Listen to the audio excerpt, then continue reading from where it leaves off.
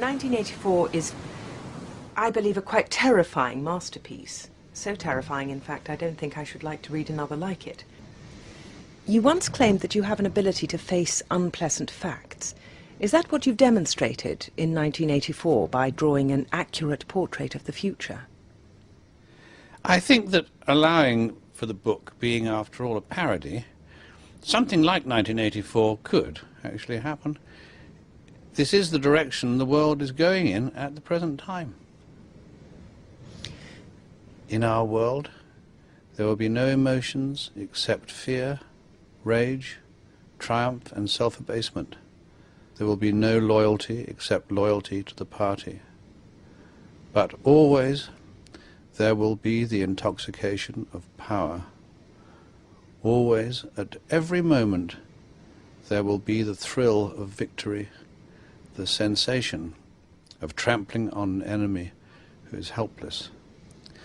The moral to be drawn from this dangerous nightmare situation is a simple one. Don't let it happen. It depends on you. Can you be good without God? Let's find out. But wait, the question isn't, can you be good without believing in God? The question is, can you be good without God?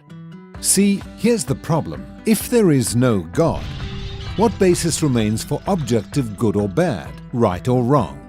If God does not exist, objective moral values do not exist. And here's why. Without some objective reference point, we have no way of saying that something is really up or down. God's nature provides an objective reference point for moral values. It's the standard against which all actions and decisions are measured. But if there's no God, there's no objective reference point. All we're left with is one person's viewpoint, which is no more valid than anyone else's viewpoint. This kind of morality is subjective, not objective. It's like a preference for strawberry ice cream. The preference is in the subject, not the object. So it doesn't apply to other people. In the same way, subjective morality applies only to the subject. It's not valid or binding for anyone else. So, in a world without God, there can be no evil and no good, nothing but blind, pitiless indifference. God has expressed His moral nature to us as commands. These provide the basis for moral duties. For example, God's essential attribute of love is expressed in His command to love your neighbor as yourself. This command provides a foundation upon which we can affirm the objective goodness of generosity, self-sacrifice, and equality. And we can condemn as objectively evil greed, abuse, and discrimination. This raises a problem. Is something good just because God wills it, or does God will something because it is good? The answer is neither one. Rather, God wills something because He is good. God is the standard of moral values. The more closely a moral action conforms to God's nature, the better it is. But if atheism is true, there is no ultimate standard. So there can be no moral obligations or duties. Who or what lays such duties upon us? No one. Remember, for the atheist, humans are just accidents of nature, highly evolved animals. But animals have no moral obligations to one another. When a cat kills a mouse, it hasn't done anything morally wrong. The cat's just being a cat. If God doesn't exist, we should view human behavior in the same way. No action should be considered morally right or wrong. But the problem is, good and bad, right and wrong, do exist. Just as our sense experience convinces us that the physical world is objectively real, our moral experience convinces us that moral values are objectively real. Every time you say, "Hey, that's not fair, that's wrong, that's an injustice," you affirm your belief in the existence of objective morals. We're well aware that child abuse, racial discrimination, and terrorism are wrong for everybody, always. Is this just a personal preference or opinion? No. The man who says that it is morally acceptable to rape little children is just as mistaken as the man who says 2 + 2 = 5. What all this amounts to, then, is a moral argument for the existence of God.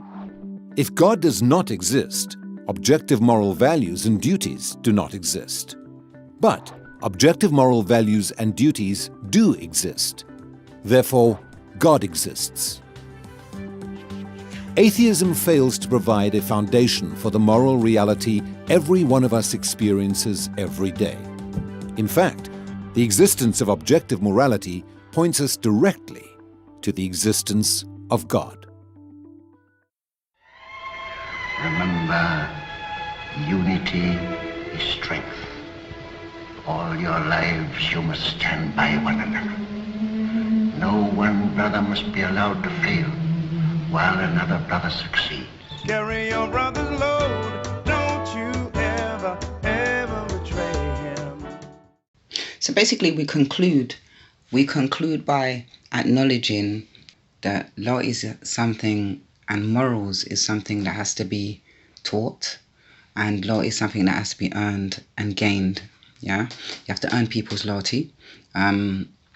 Based on your perception, if you go around with a spirit that does not include the Most High, then obviously you're going to be a host, an open vessel for a host of demons to occupy.